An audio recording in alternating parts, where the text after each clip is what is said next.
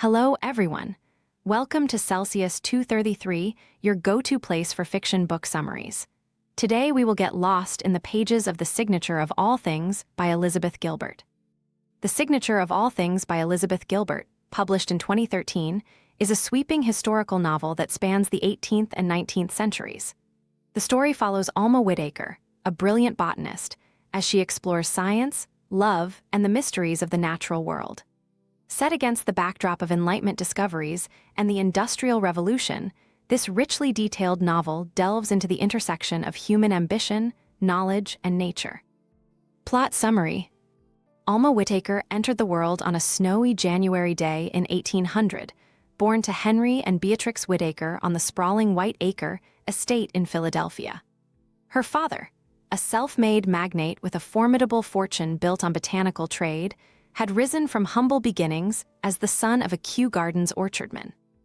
Driven by ambition and a keen sense of opportunity, Henry amassed wealth through resourcefulness and cunning, eventually establishing a grand estate where Alma's childhood would unfold. Beatrix, Alma's stern and intellectual mother, oversaw her daughter's education with precision, ensuring Alma became a formidable scholar. Alma grew up surrounded by the wonders of nature and the discipline of study. While Henry's love of botany manifested in his thriving business ventures, Alma developed an obsession with mosses, drawn to their quiet resilience and intricate beauty. Despite her privileged upbringing, Alma's life was not without pain.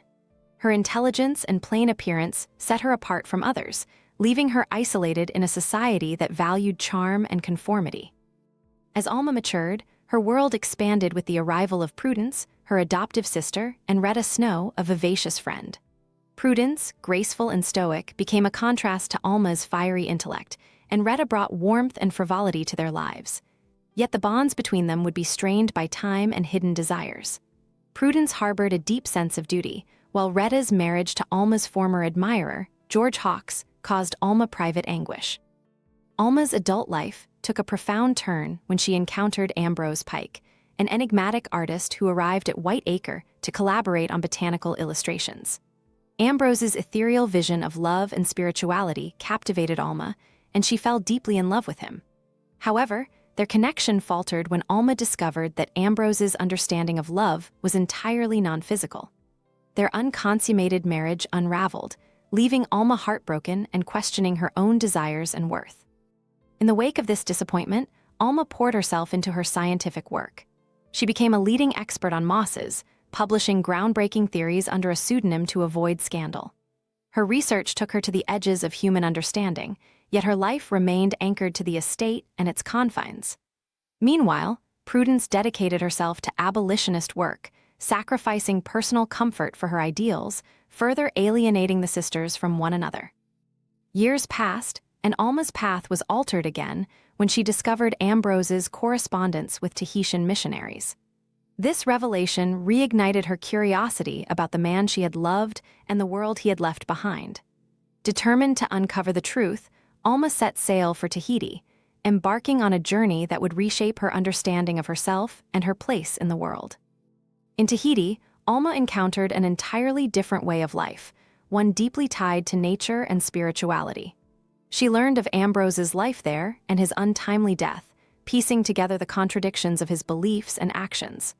The island's lush beauty and its inhabitants' connection to the land offered Alma a perspective that both challenged and complemented her scientific mindset. Alma's journey did not end in Tahiti. Her search for deeper truths led her to Amsterdam, where she reconnected with her mother's Dutch heritage. There, she immersed herself in the intellectual community and examined her life's work against the backdrop of broader scientific discourse. As she reflected on her father's ambition, her mother's discipline, and her own unyielding pursuit of knowledge, Alma began to see the interconnectedness of all things, the signature that nature leaves upon its creations. In her later years, Alma found peace in the recognition that her life, like the mosses she studied, was a small but vital part of a vast and intricate web. Her discoveries in botany, though quiet and uncelebrated in her time, contributed to the growing understanding of life's complexities.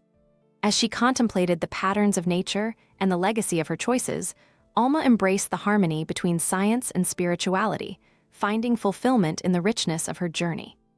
Hope you enjoyed that. If you want more, explore other amazing works by Elizabeth Gilbert. You know where to find them? Check the description or Celsius 233. Remember, while our summaries capture the essence, they can never replace the full experience of reading the book. If this summary intrigued you, consider diving into the complete story, buy the book, and immerse yourself in Elizabeth Gilbert's original work. Bye-bye, take care, have fun.